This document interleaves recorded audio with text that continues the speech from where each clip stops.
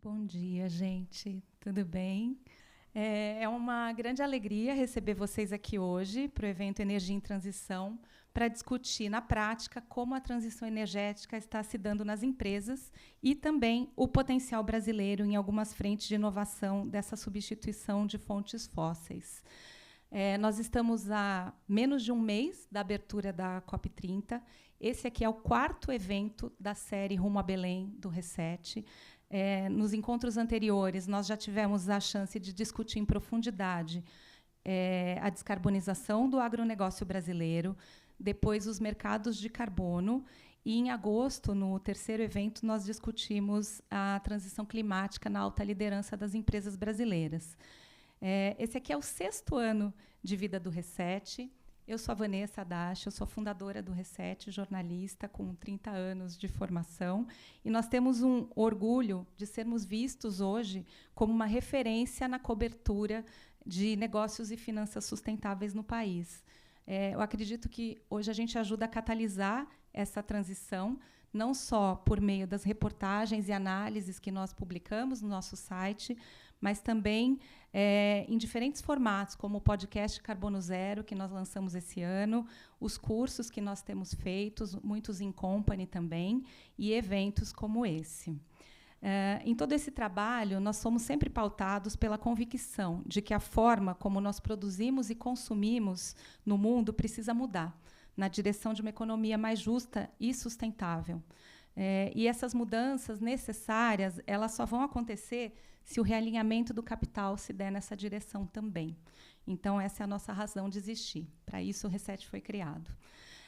Esse auditório aqui hoje é a prova de que nós temos evoluído muito, que o setor privado está cada vez mais comprometido com essa transição climática.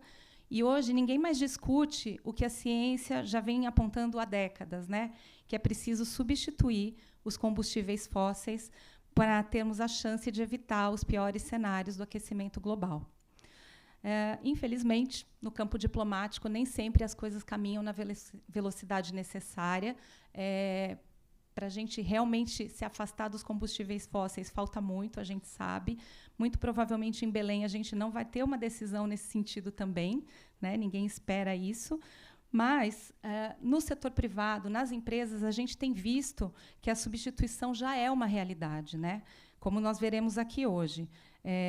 Tanto a substituição por fontes como biomassa, utilização de resíduos urbanos, mesmo eletrificação de processos, tudo isso já vem acontecendo. A gente vai conversar muito sobre isso aqui hoje. E também o Brasil tem a chance de se destacar em alguns segmentos novos que a gente também vai discutir na manhã de hoje. Em novembro, daqui menos de um mês, toda a equipe de jornalistas do Reset estará em Belém. Nós teremos uma cobertura jornalística no site, na newsletter, por meio do nosso podcast Carbono Zero, inclusive com boletins diários em texto e áudio, além também de webinar e redes sociais. Então, assim, se vocês não quiserem perder a melhor cobertura de negócios relacionados à COP, sigam a gente nessas plataformas, não percam, porque vai ser muito bacana. Eu queria agradecer a todos que tornaram o projeto COP30 do Reset um sucesso.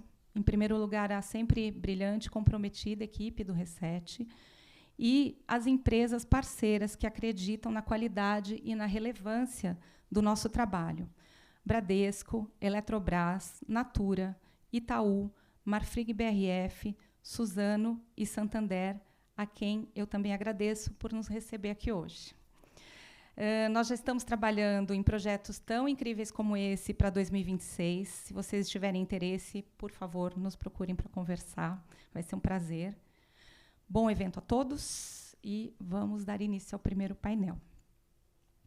Para isso, eu queria convidar para se juntar comigo aqui no palco Milton Pilão, que é CEO da Horizon. Bem-vindo, Milton.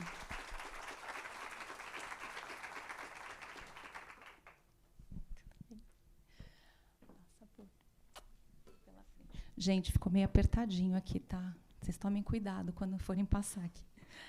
Paulo Scaff Filho, CEO da Combio.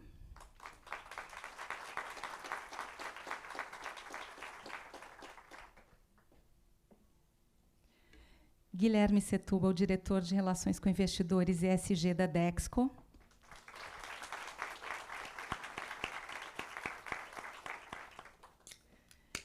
E Ítalo de Freitas, vice-presidente executivo de Comercialização e Soluções em Energia da Eletrobras.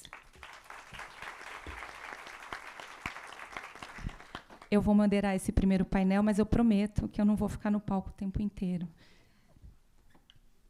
Obrigada, gente, pela presença de vocês. Bom, a indústria brasileira responde por 40% da eletricidade consumida no país e 30% do consumo de energia, né, de forma mais ampla.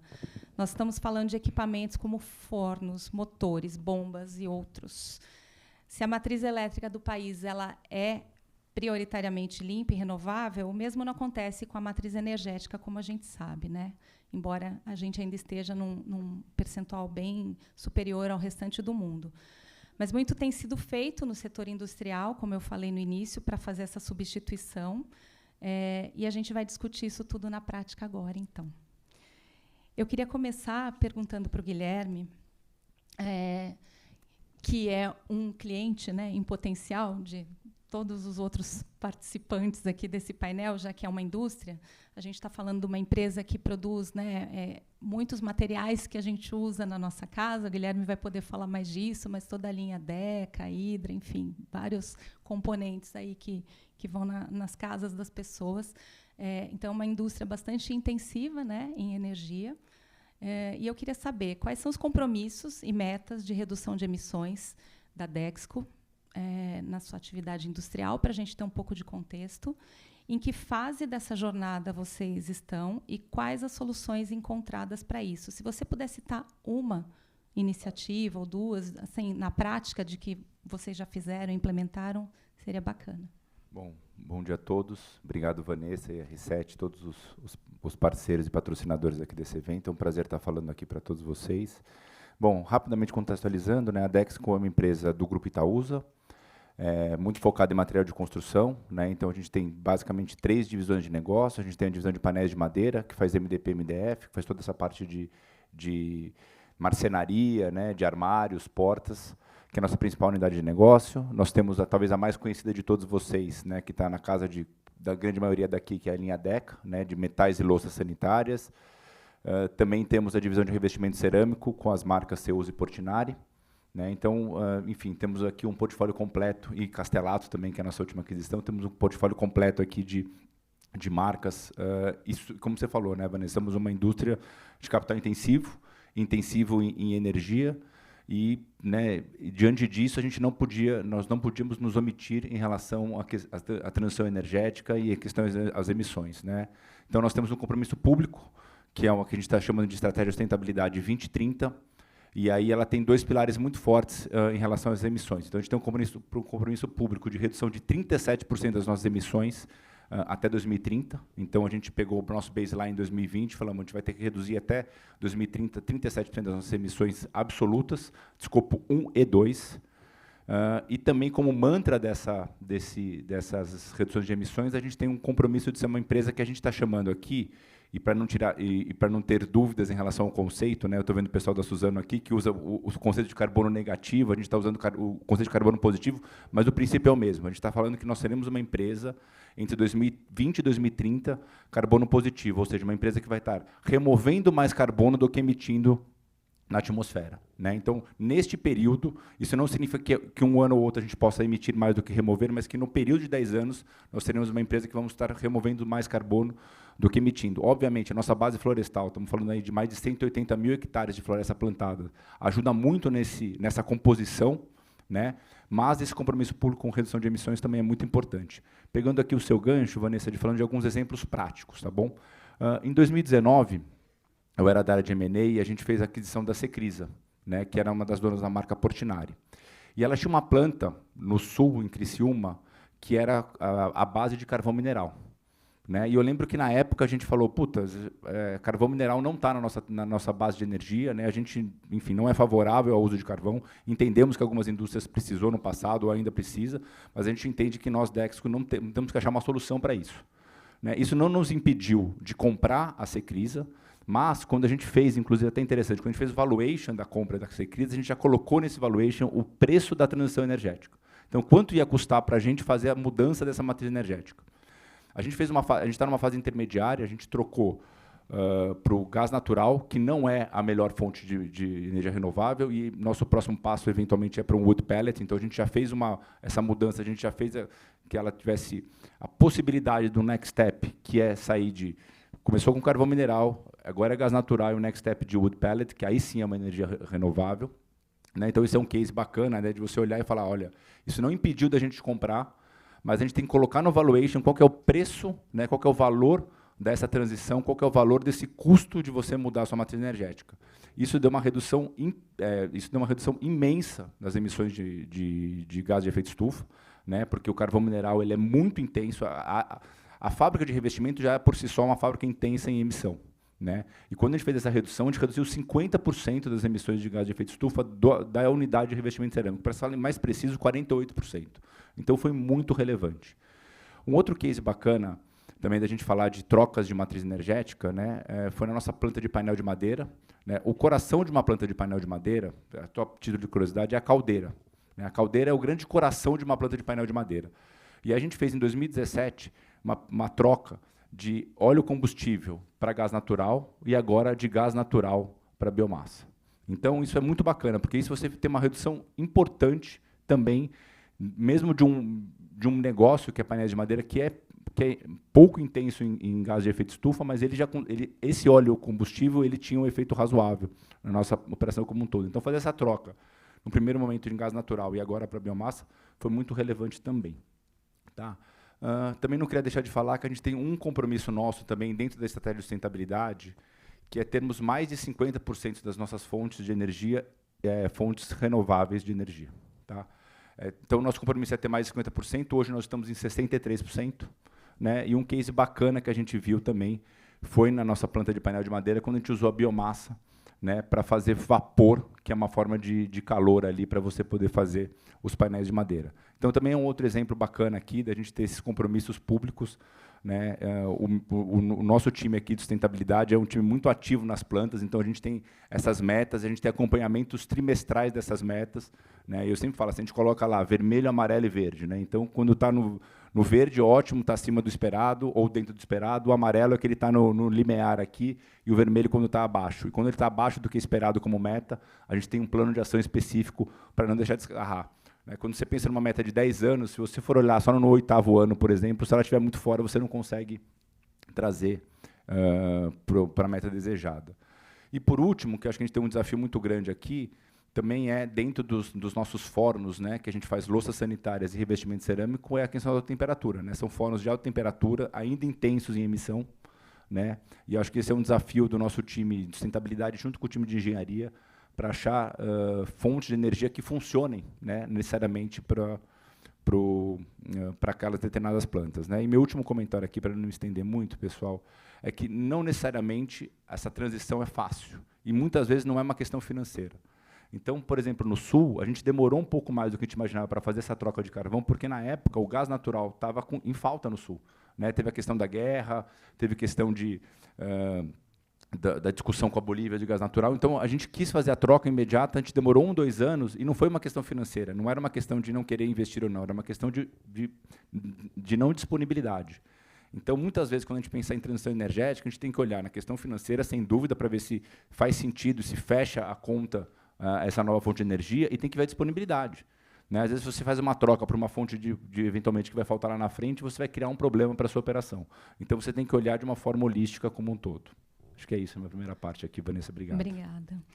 Bom, agora a gente vai começar a ouvir os provedores de soluções, né, de descarbonização. Aqui a gente procurou trazer um mix bem variado para a gente ter olhares diferentes também para essas soluções. Começar com você, Milton. A Orizon é uma das líderes brasileiras aí na produção de biometano e biogás, né, a partir de resíduos urbanos. E vocês também acabaram de adquirir o 18º aterro sanitário de vocês para garantir o fornecimento da matéria-prima. Né? uma das principais aplicações é justamente a substituição de outras fontes térmicas na indústria. Então, eu queria que você contasse para a gente qual é a matemática do biogás nessa troca, em termos de redução de emissões, como vocês têm atuado junto à indústria e onde que vocês querem chegar nesse segmento específico. Obrigada. Obrigado, Vanessa, pelo convite. Obrigado ao Reset. Para mim é um prazer estar aqui participando desse painel pré-COP. Obrigado a todos também. Bom, a Horizon está no mercado, que é um mercado de resíduos, né? Eu brinco que a gente transforma um passivo gerado pela população diariamente num ativo que volta com algum recurso de volta para a indústria ou para diversos setores que a gente atende. O Brasil, e eu acho que vale a pena fazer um parênteses antes de responder o que você me disse, ele está, no que diz respeito ao tratamento de resíduos sólidos urbanos, atrasado pelo menos uns 30 anos em relação ao que se faz no mundo. Infelizmente, aqui no Brasil, quase 40% do resíduo gerado por nós ainda vai para lixões. Isso quer dizer que aproximadamente 30 milhões de toneladas, ou dezenas, talvez centenas de maracanãs cheios de resíduo vão diariamente ser jogados sem nenhum tratamento em cima de algum terreno. E isso, obviamente, imediatamente gera um passivo ambiental, tanto para o solo quanto para o ar. Então, é uma situação que é quase impossível de achar realidade nisso quando você vê o que é feito fora do mundo. Muitas vezes eu estou fora do Brasil, eu sou obrigado a mostrar um vídeo de um lixão brasileiro, porque na Europa e nos Estados Unidos eles não entendem que um país como o Brasil ainda tem esse tipo de ativo operando. O que é o trabalho da Horizon? O trabalho da Horizon é, através da aquisição de aterros sanitários, um aterro sanitário, para todo mundo entender, já é um ativo, uma área gigantesca onde a gente já recebe o resíduo e trata ele corretamente, de maneira a não permitir nenhuma contaminação do solo nem do ar, e depois transforma ele em ecoparque. E o que é a diferença do aterro para o ecoparque? É você transformar o resíduo em um ativo. Então, você extrair da fração orgânica do resíduo, e aí vamos falar um pouquinho do biogás, o biogás que gera através da decomposição anaeróbica. Então, você retira esse biogás e ele, sim, vai ser reutilizado como uma fonte energética, seja para energia renovável ou seja para o biometano. Hoje, nos nossos ecoparques, a gente já, como você disse, compramos recentemente o 18º, a gente está presente em 12 estados brasileiros e já recebe o lixo gerado por quase 40% da população brasileira. Então, é muita responsabilidade, é muito lixo sendo jogado dos nossos ativos todo dia. E o nosso objetivo é, através da aquisição do aterro sanitário, transformar todos esses ativos em geradores de biometano através do uso do biogás, da fração orgânica. Então, dito isso, os impactos, além do nosso trabalho aqui do outro lado, que é resolver um passivo ambiental gerado pela população 24 horas por dia, 365 dias por ano, é você ter a transformação disso num ativo. E aí, o primeiro ponto é o metano evitado. O resíduo, quando ele tem essa decomposição anaeróbica, o gás que ele gera é o metano, que é um gás 80 vezes mais danoso ao meio ambiente, 80 vezes contribui mais ao aquecimento global do que o próprio CO2 numa base de 20 anos. Isso quer dizer que, quando a gente não permite, ao receber o resíduo da população, a gente encapsula ele e succiona o biogás, retirando o biometano e não deixando que ele vá para a atmosfera, já temos um impacto ambiental na descarbonização gigantesco. Lembre-se que vários maracanãs hoje estão deixando esse metano ir para a atmosfera. E, em segundo lugar, quando você transforma esse biogás em energia renovável ou biometano, aí você tem também a geração de uma fonte combustível, como o biometano, que é 90% menos carbono intensivo do que o gás natural fóssil.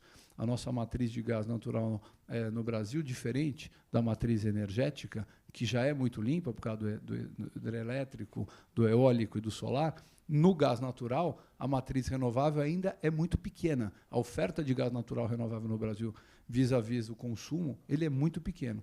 Então, acho que os aterros sanitários, os ecoparques, vão ser agora o grande contribuidor de oferta de gás natural renovável para ajudar a descarbonização da indústria. E hoje vocês atendem quantas indústrias? Você tem esse número?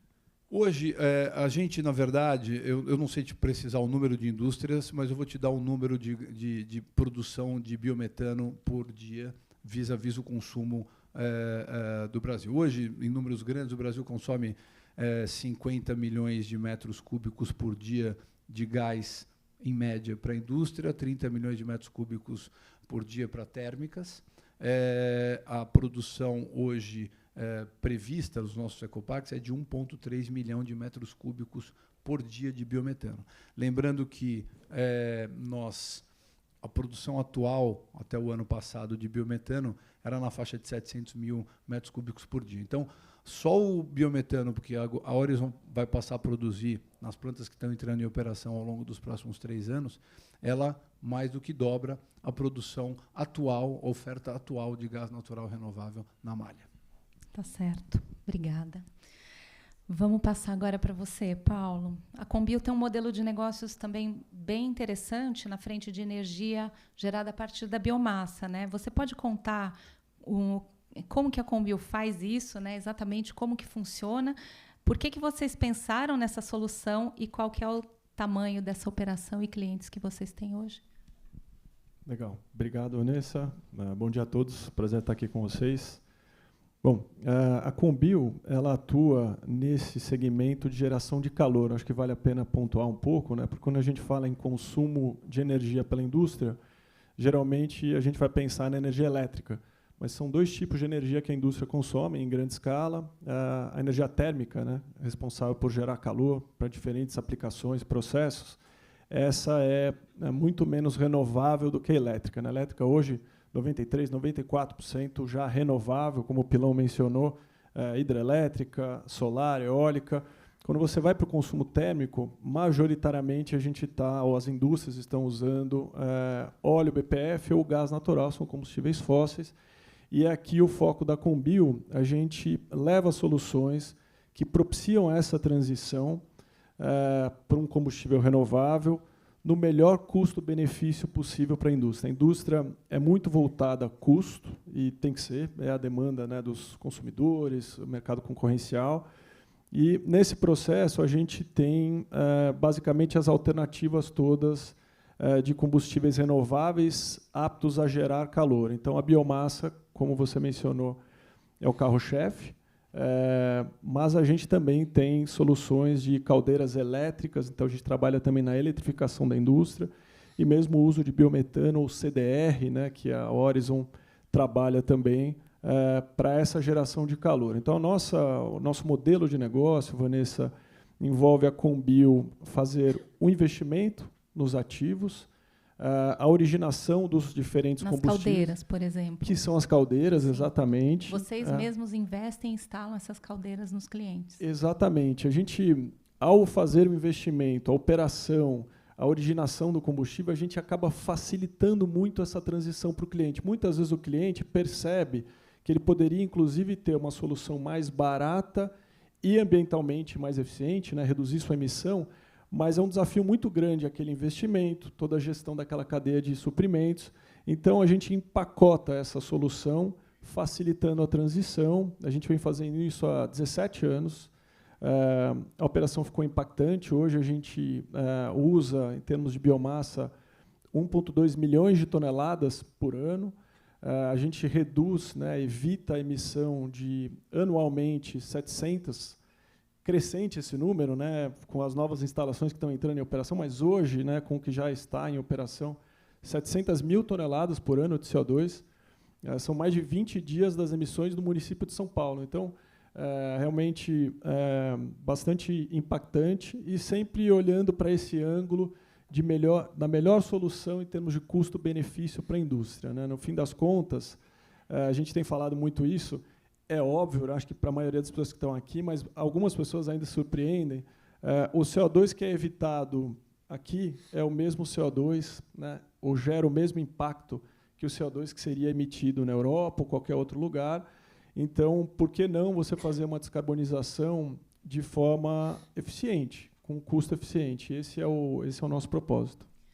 Só para ilustrar um pouco, que eu acho super curioso, quando a gente fala biomassa, né, parece uma coisa só, mas dá uns exemplos para a gente do que vocês usam, assim, que eu sei que é variado, né? Sim, o legal. cardápio.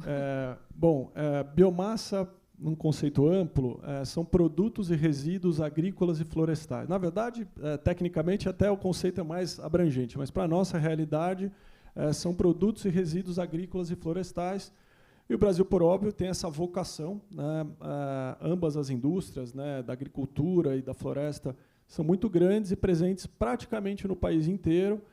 E aí a gente usa esses resíduos de acordo com a vocação regional. Então, a gente, por exemplo, tem um case super bacana, que inclusive a gente vai levar para a COP, que é uma planta que a gente tem lá no Pará, numa cidade chamada Barcarena, uma cidade industrial. A gente atende uma mineradora que queimava óleo BPF nas caldeiras, e a gente identificou que existia um resíduo muito abundante, um problema ambiental, que era o caroço de açaí, né? Aquela região exportando açaí para o mundo inteiro. Quem já viu açaí, né? Uma bolinha assim com uma casquinha fininha de polpa e o resto é caroço, né? Esse caroço era jogado nos rios, causava problemas. Então a gente combinou, né, o uso da tecnologia para queimar o caroço de açaí com a substituição do óleo, e a gente criou um case super legal. É um exemplo. A gente usa no dia a dia mais de 15 tipos de biomassa. Então, erradicação de pomares de citros, resíduos florestais. Então, quando você olha a cultura do eucalipto, o Guilherme conhece bem, você tem uma boa parte daquela árvore que ela não é utilizada nos processos industriais. Então, as cascas, as ponteiras, galhadas, os tocos. Então, a gente tem essa atividade de processar resíduos. A gente usa casca de arroz. Então, realmente é uma quantidade bem variada e parceiros aqui da Dexco, né? Acho que vale mencionar. Eu descobri aqui no alinhamento que a Dexco fornece, né, cascas de madeira para Combio. Não sabíamos disso, né? Muito bem, obrigada. E agora, Ítalo, você. Eletrobras é a maior empresa de geração e transmissão de energia elétrica no Brasil, e até não muito tempo atrás ela se dedicava basicamente a gerar energia e injetar na rede, né? E transmitir essa energia para as diversas regiões do país. Mas hoje essa dinâmica mudou bastante no mercado brasileiro, puxado aí pelo avanço de mercado livre de energia e também pela transição energética.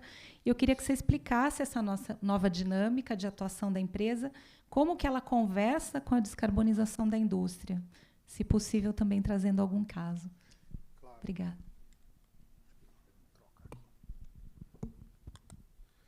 Obrigado, Vanessa. Bom dia a todos. Exatamente. Só dar um contexto pós-privatização 2022, a Eletrobras entra no mundo corporativo, né? Ela é uma corp, ela é listada em bolsa, né? Nós temos aí mais de 300 mil acionistas, muitos deles lá do seu FGTS. Então, a Eletrobras, desde então, ela vai trabalhando para se tornar um player no setor. Antigamente, a Eletrobras ela é considerada uma empresa de infraestrutura.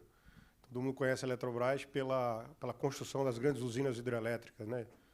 Santo Antônio, Belo Monte, Itaipu ou outras grandes ativos de geração hidrelétrica. Grandes linhas, subestações e tudo mais. Com o processo de privatização, ela tem uma obrigação de vender essa energia no mercado livre de energia, né?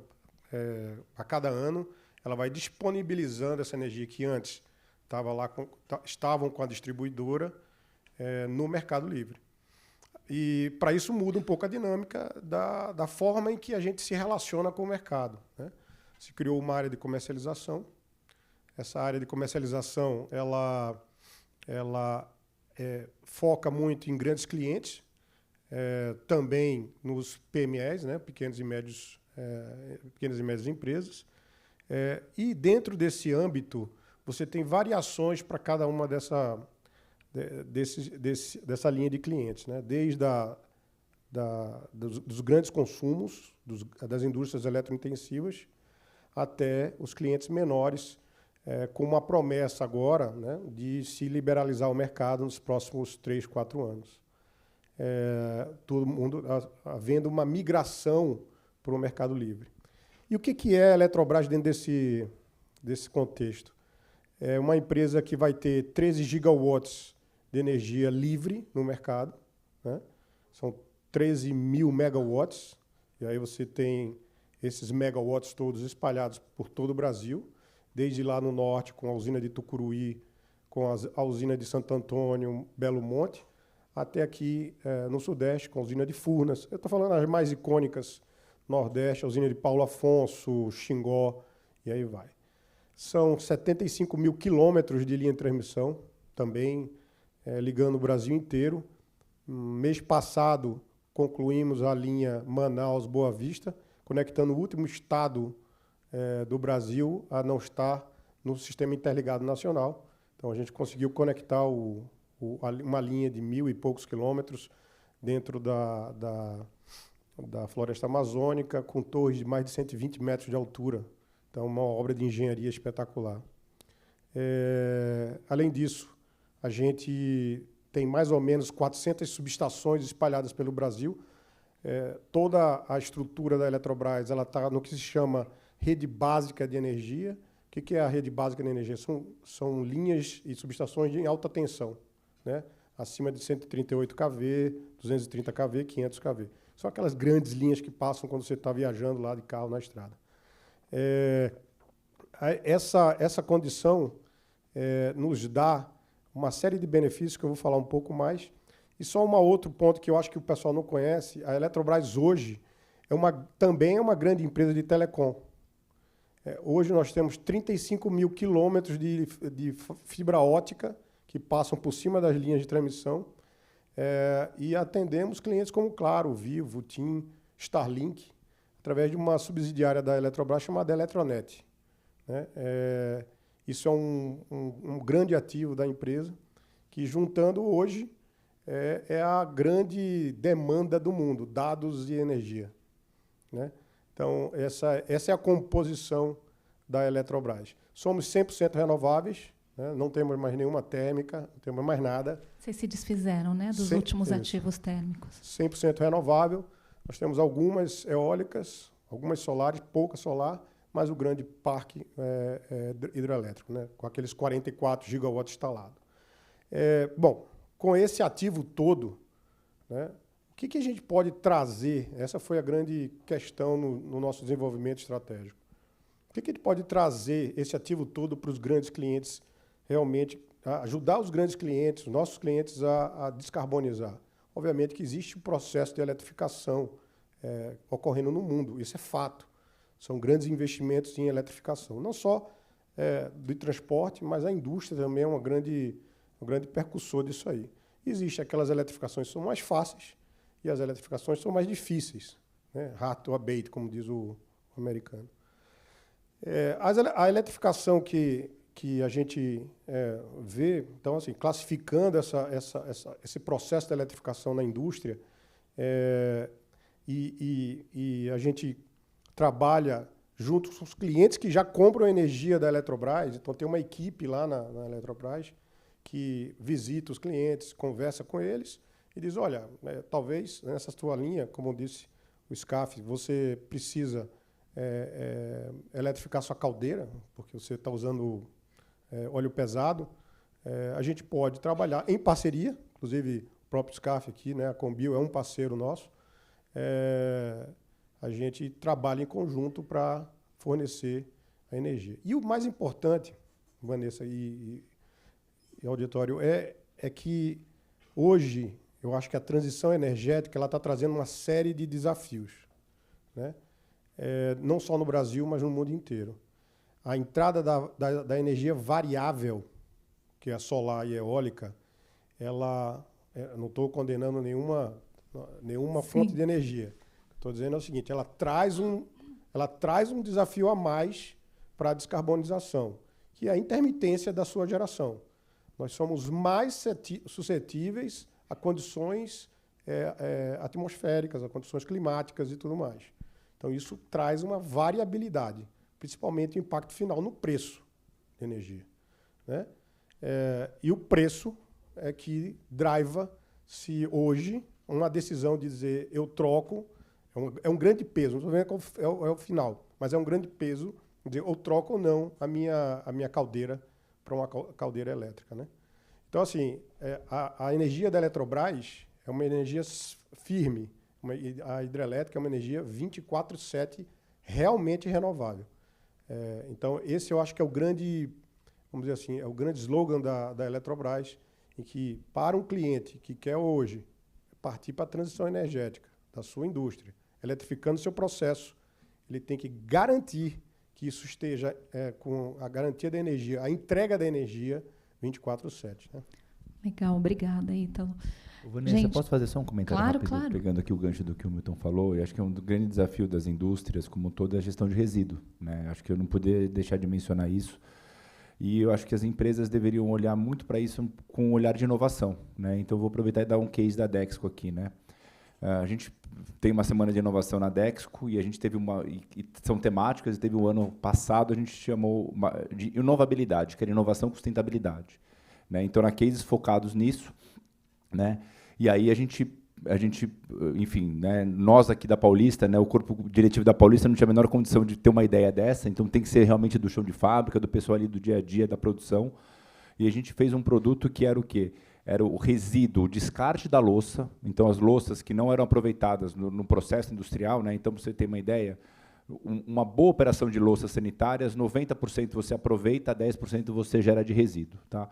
Então, vamos pensar que nesse 10% você tem um resíduo, ele é financeiramente caro, ele é pouco sustentável, porque ele gera muitas emissões também, né? E a gente fez um produto, né, que a gente chamava de pitcher, que era o quê? O resíduo da louça, ele virava matéria-prima para Castelatto, que é uma outra unidade de negócio nossa que trabalha com cimento arquitetônico, né? Então, o resíduo da louça, ele virou matéria-prima para Castelatto. Então, você tem dupla economia. Você tem uma economia financeira, que você tem um não descarte do resíduo, não custo do resíduo, você tem não custo da matéria-prima, porque você faz uma venda intercompany, vamos chamar assim, fica tudo dentro do PNL da Dex como um todo, e você tem evita uma grande emissão, né? Então, por que eu estou chamando a atenção? Porque existem soluções para as empresas na questão de resíduo, né, talvez maiores do que a gente olha. A gente acaba olhando muito o resíduo como um produto final e a gente tem que olhar talvez o resíduo como um meio, né? Como que eu vou conseguir fazer um bom uso desse resíduo, né? Nesse mesmo tema aqui, a gente estava discutindo com a prefeitura de Atibaia, que é um parceiro nosso, a gente tem uma fábrica da Castelatto lá, e aí a gente, numa conversa dessa com a prefeitura, a gente descobriu que uma parte dos nossos resíduos a prefeitura tinha interesse em usar. Então, assim, a gente doou para a prefeitura, só que doar isso para a prefeitura economizou para a Dexco anualmente quase R$1 milhão, porque é o que eu gastava com o custo do resíduo. Então, você tem várias soluções a partir do resíduo, e o Milton trouxe umas aqui, são muito importantes, mas as próprias empresas podem olhar para si, olhar para a sua circularidade, para ver como que você pode encaixar melhor o resíduo, que acaba, no final das contas, né, o Milton trouxe aqui dados alarmantes, aqui, volumes, né, quantos maracanãs aqui por dia. Então, eu ia chamar a atenção de como a gente pode olhar para isso de uma forma diferente também no nosso dia a dia. Legal, obrigada. Eu esqueci de falar no início, mas a gente vai deixar um final para pegar umas 2 perguntas do auditório, então preparem-se. A gente já está com só 17 minutos de painel, então eu vou dar uma acelerada. Queria pedir para vocês também serem concisos nas respostas. Queria abordar a questão da competitividade de custos dessas novas opções, porque a gente sabe que a transição energética ela envolve essa decisão de investimento, né, e que muitas vezes o custo pesa mais até do que o compromisso ambiental na hora de assinar aquele novo projeto, né? Então, Milton, como que funciona isso do ponto de vista de vocês hoje, né? O biogás, o biometano, em comparação com fontes fósseis? Acho que do nosso ponto de vista, eu vou parafrasear lá a Eletrobras, a gente também tem o benefício da intermitência. Isso é a nossa fonte, ela é não intermitente. Você produz o lixo 24 horas por dia, 365 dias por ano. A gente faz esse favor, né, para vocês de continuar gerando lixo. Então, a gente tem uma fonte de energia renovável, uma fonte de gás renovável. Isso é muito importante para os clientes finais, porque, normalmente, a gente são investimentos vultuosos para você montar essas plantas de produção de biometano através do biogás do resíduo. E é muito importante para o cliente ter a previsibilidade de entrega desse gás num longo termo, já que ele vai substituir alguma outra fonte de combustível. Então, acho que esse é um ponto extremamente importante da nossa fonte. Acho que o segundo ponto importante é o posicionamento logístico. Então, a gente tem, dado que os ecoparques, os aterros sanitários, estão posicionados dentro dos centros urbanos, porque lixo não viaja, então os aterros estão próximos ao centro de geração do resíduo, onde estão as indústrias e onde está a população. Então, isso beneficia a fonte que sai do nossos ecoparques, porque ela está próxima ao centro de consumo, seja ele para mobilidade urbana, substituição de combustível de ônibus, substituição na logística, substituição na indústria. Então, acho que a gente tem também um benefício de custo aí. Então, acho que, falando de custo, vantagem logística, vantagem da não intermitência. E eu acho também a gente tem feito uma modalidade nova que a gente trouxe na venda do gás do biometano, nos nossos contratos de longo prazo, é o indexador a IPCA. A gente percebeu que muitas das indústrias tinham combustível ali que acabava tendo uma variação com o diesel e com o dólar. E é algo que ele não controlava e que não estava ligado à fonte de receita dele. A fonte de receita dele estava no IPCA e a fonte de despesa no combustível estava linkado a algo que poderia alterar com uma guerra ou com um problema político internacional. Então, isso também a gente traz ao nosso cliente, que no longo prazo, a fluxo de caixa descontado normalmente traz um benefício na ponta para o cliente final. Perfeito. Você, Paulo, também, mesma coisa, do ponto de vista de custo, na hora de decisão de investimento, como que está hoje a solução de vocês para a indústria? Bom, acho que o Brasil tem o privilégio de ter essa vocação de renováveis em geral, e isso acontece também para o mundo da biomassa, e, em especial, nesse momento, a energia elétrica e também o biometano, né, ganhando competitividade, e o que tem permitido a gente conseguir levar essa solução que empacota redução de emissão e redução de custo. Então, eu acho que isso fortalece muito a proposta de valor. A verdade, né, convivendo aqui com a indústria aos 17 anos da Combio, e, na verdade, nasci dentro de uma indústria, as indústrias precisam de competitividade. É uma questão de sobrevivência, não é uma questão de opção, né? Todos os processos produtivos, ganhos de escala, sempre tentando reduzir custo. E quando a indústria olha para essa agenda de transição energética, se ela está num contexto onde ela é obrigada a fazer uma melhoria ambiental e os seus concorrentes não farão, e esses concorrentes muitas vezes estão, inclusive, em outras geografias, é muito penoso, porque a consequência mais provável é que ela vá simplesmente perder mercado. Então, o que a gente procura sempre fazer é combinar essas duas coisas, e, felizmente, né, a gente propicia savings grandes para os nossos clientes, da ordem de 15% a 40%, a depender do tipo de combustível que o cliente usa. Só queria voltar em você uma coisa, Milton, que eu fiquei pensando. Hoje, a maior parte do que vocês produzem, eu fico pensando na logística, de como que você faz isso chegar no cliente, né? É caminhão? Do Hoje aterro, do gás natural, do biometano. O biometano a gente tem 3 maneiras de escoá-lo. Então, e a gente tem contratos desses 3 tipos já nos diversos ecoparques espalhados pelo Brasil. Então, nós temos contratos onde você injeta direto no duto. É o nosso caso do Ecoparque de Recife, da região, que recebe o resíduo da região metropolitana de Recife. A gente fez um acordo ali com a Copergás, a distribuidora local. Ele trouxe o duto até dentro do aterro, a gente injeta direto no duto. Temos casos onde o gás sai comprimido, então, normalmente, a indústria toma o gás via comprimido, então, via caminhão.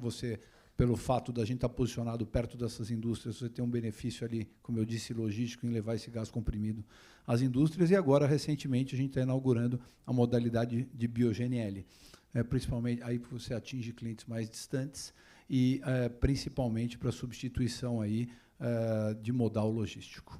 Tá legal, obrigada. Ítalo, você também, do ponto de vista de custo, você chegou a mencionar isso, e vis-à-vis a estabilidade do fornecimento, né, da Eletrobras. Você pode também contar um pouco para a gente como que está isso nesse atendimento a clientes da Eletrobras, se é um custo competitivo, ainda se tem um prêmio a ser pago? Energia elétrica é uma commodity, né? Então, da mesma forma que existe uma variação no preço do combustível, existe a variação no preço da energia. Hoje em dia, e a gente é muito dependente das condições climáticas. Então, por exemplo, a gente acabou de sair de um período seco, preço estava mais alto, né? Então existe essa grande, vamos dizer, esse grande estudo que precisa ser feito para o atendimento ao cliente que está eletrificando, né? Quando é um cliente grande, geralmente já tem o seu ativo, por exemplo, um alto forno de uma siderurgia. Esse é um pouco mais complexo para descarbonizar, porque ele tem que fazer um modelo, é um grande projeto, é um projeto inteiramente novo. Ainda não tem grandes tecnologias que chega lá, tira o queimador e coloca um queimador, por exemplo. Existem algumas tecnologias sendo desenvolvidas, queimador a plasma, enfim, uma série de... o próprio hidrogênio, né? Mas, para isso, você tem que casar o preço da commodity, energia, que varia muito, tanto a energia que já existe, como a energia hidrelétrica, ou que você vai construir, que você tem que colocar o LCOE, né? O Levelized Cost of Energy, para calcular, e a adequação dessa unidade fabril, ou o que seja. Então, assim, é sempre essa combinação que leva. Alguns projetos estão indo bem, vamos dizer assim, outros projetos precisam de um tempo para se pagarem, né? Um pouco mais. Mas o efeito da energia é muito grande nesse project finance, vamos dizer assim. É um impacto grande. Então, assim, se você colocar a energia intermitente, a energia variável, não se calculava antes, né? Se calculava ela flat, ou seja, quando fechava um contrato, você fechava essa energia flat. Hoje em dia, você tem que calcular uma série de coisas que foram... O sistema foi aprendendo ao decorrer dos anos. Por exemplo, modulação. Ela não está toda hora gerando a top, né? Então, a solar ela no meio-dia, depois cai, e o preço da energia no final do dia é o preço da energia mais caro, né? Então, tudo isso, empacotando, tem que parar em pé para que a indústria eletrifique, né? Tá bem. Guilherme, para você eu queria fazer uma pergunta um pouco diferente, partir para uma última pergunta antes da gente pegar do público. Como que vocês estão enxergando, né, como indústria, a questão do mercado regulado de carbono vis-à-vis essa transição energética, né? Vocês estão olhando para isso? Isso deve acelerar? Que contas vocês estão fazendo? Bom, vamos lá. Eu acho que esse é um item bem importante, né? A Dexco olha para isso, a gente tem um grupo de trabalho focado nisso. Até em título de curiosidade, né, nós temos uma operação na Colômbia. Essa operação na Colômbia, desde 2017, já vem de créditos de carbono, né? É uma operação que gera créditos de carbono. Na Colômbia já tem um mercado mais regulado que o Brasil. Eu acho que esse mercado vai ser muito importante de desenvolver, difícil de desenvolver, tá? Assim, qual que é o baseline que você vai usar, né? Quando a gente olha para as nossas operações, teoricamente, pela essa regulamentação atual agora, somente as operações de revestimento cerâmico a gente estaria passando um pouco mais das emissões. As outras operações estariam abaixo, não estariam sendo contempladas por isso. Mas, to make a long story short aqui, Vanessa, acho que a gente tem que olhar com muito cuidado, com grandes oportunidades.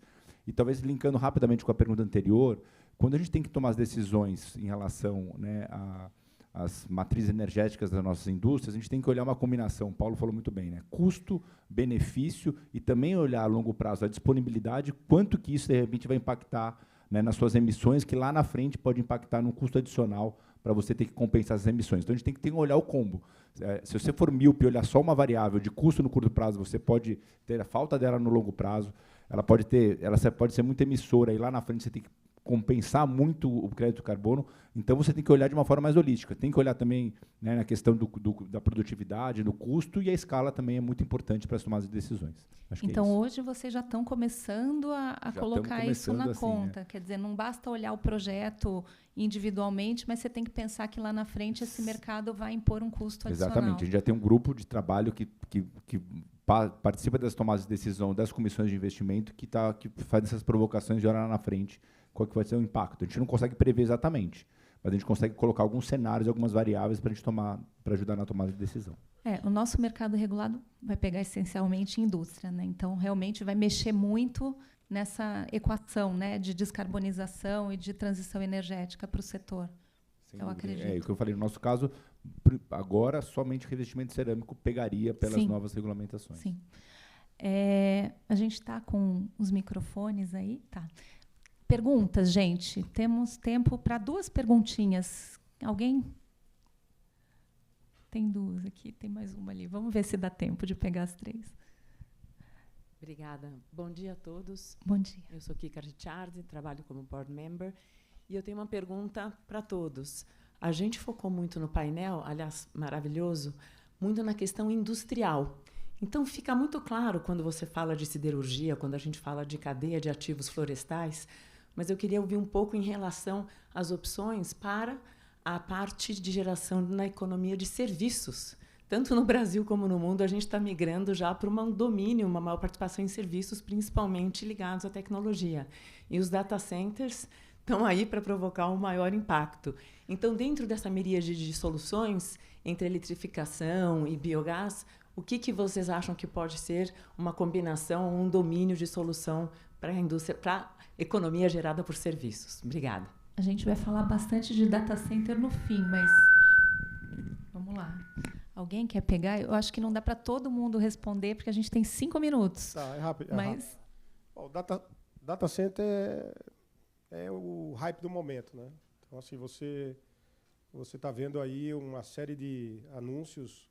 Só para você ter uma ideia, quando saiu o Redata, que é o programa do governo de isenção de imposto para importação de equipamentos para data center, inteligência artificial e tudo isso, tiveram 30 gigawatts de pedido de acesso. O grande problema para data center, para ser bem curto, é a questão da conexão, né? O sistema elétrico brasileiro é tudo interligado, mas não quer dizer que eu possa chegar e colocar um alto consumo desse, um gigantesco consumo, plugar no sistema e está ok. Existe uma série de estudos que precisam ser feitos naquela região onde ele quer colocar aquele data center, para ver se tem condições de absorver essa carga. Por exemplo, se você for hoje tentar colocar na região de São Paulo, é difícil. Tem muita gente querendo colocar data center na região de São Paulo, né? Então, já estão migrando para outros locais. Mesma coisa aconteceu com o hidrogênio. Você procura um lugar, uma vaguinha para conectar essa grande carga, você não consegue. Então, só para ser rápido, a eletrificação é um problema, vamos dizer assim, você ter a quantidade de energia suficiente para essa demanda, 30 gigawatts em 2 meses de pedido de acesso, é uma coisa alucinante, né? Então, esse é o grande desafio para qualquer país. O próprio Estados Unidos com o Texas, hoje, está buscando energia nuclear para atender a data center, né? Então, esse é o grande desafio. Eu acho que é a conexão da transmissão, não efetivamente a geração. Porque a geração no Brasil você pode colocar no Nordeste, você tem geração hidráulica, você tem geração eólico-solar, mas a conexão no sistema de transmissão, acho que é o grande desafio. Perfeito. Acho que tinha mais uma pergunta aqui. E uma aí. Acho que pode vir com ela aqui, depois a gente pega essa outra. Bom dia. Lucilene, Sustentabilidade da Iveco. E eu quero fazer uma pergunta para o Milton Pilão. Milton, o biometano é uma solução super factível para transporte de pesado, justamente pela densidade energética ser muito parecido com o diesel. Então, você traz sustentabilidade econômica também para o transporte. Entretanto, para pesados, né, os caminhões estão nas rodovias e a gente sabe de todo o desafio de levar esse biometano, e apesar de ter já alguns postos cativos, né, a gente tem aí várias barreiras até isso ser realmente realidade. E olhando para o ponto de vista do embarcador, eu acredito que uma possível solução para abastecimento de gás é ele utilizar o certificado de origem. Então, eu queria ouvir um pouco de você, como que o Ecopark tem visto essa solução? Obrigado pela pergunta. Eu acho que a substituição de modal logístico é uma das próximas grandes fronteiras de utilização do biometano, né? Se a gente olha o que é feito tanto na Europa quanto nos Estados Unidos, o percentual de participação do biometano em substituição ao diesel no modal logístico é gigante. E o Brasil está engatinhando nisso. É óbvio que necessita de infra, necessita de... o caminhão está preparado para isso. A gente não é a a praia, mas o que a gente tem discutido com os nossos clientes é que isso tem avançado muito, e o Brasil está se preparando com grandes empresas, e a própria Lei do Combustível do Futuro vem empurrar nesse caminho, para que a gente possa utilizar. É por isso que eu disse aqui que, recentemente, os nossos novos contratos vão ser inaugurados aí com o BioGNL, exatamente para substituição do modal logístico, porque ele tem um benefício onde, quando você substitui o diesel pelo biometano, você, além de ter uma competitividade, obviamente, de substituição de carbono enorme, né? Como eu disse anteriormente, a intensidade do carbono do biometano em relação ao gás natural fóssil, ela é 90% inferior. E, quando você substitui o diesel, esse impacto é ainda maior, e tem o ponto do custo. O custo por unidade energética do diesel, ele é muito maior do que o do biometano. Então, você ainda tem, além de você ter um impacto ambiental gigantesco, você pode ter uma diminuição forte no modal de custo logístico no Brasil. Então, acho que esse é um caminho que a gente deve perseguir, e deve acontecer, além do impacto de demanda. Lembra que eu disse no começo que a indústria brasileira demanda aproximadamente 50 milhões de metros cúbicos por dia de gás natural hoje no Brasil. Tem números que mostram, se a gente substituir 30% do modal logístico brasileiro, você pode gerar uma demanda de 100 milhões de metros cúbicos por dia, muito maior do que a indústria.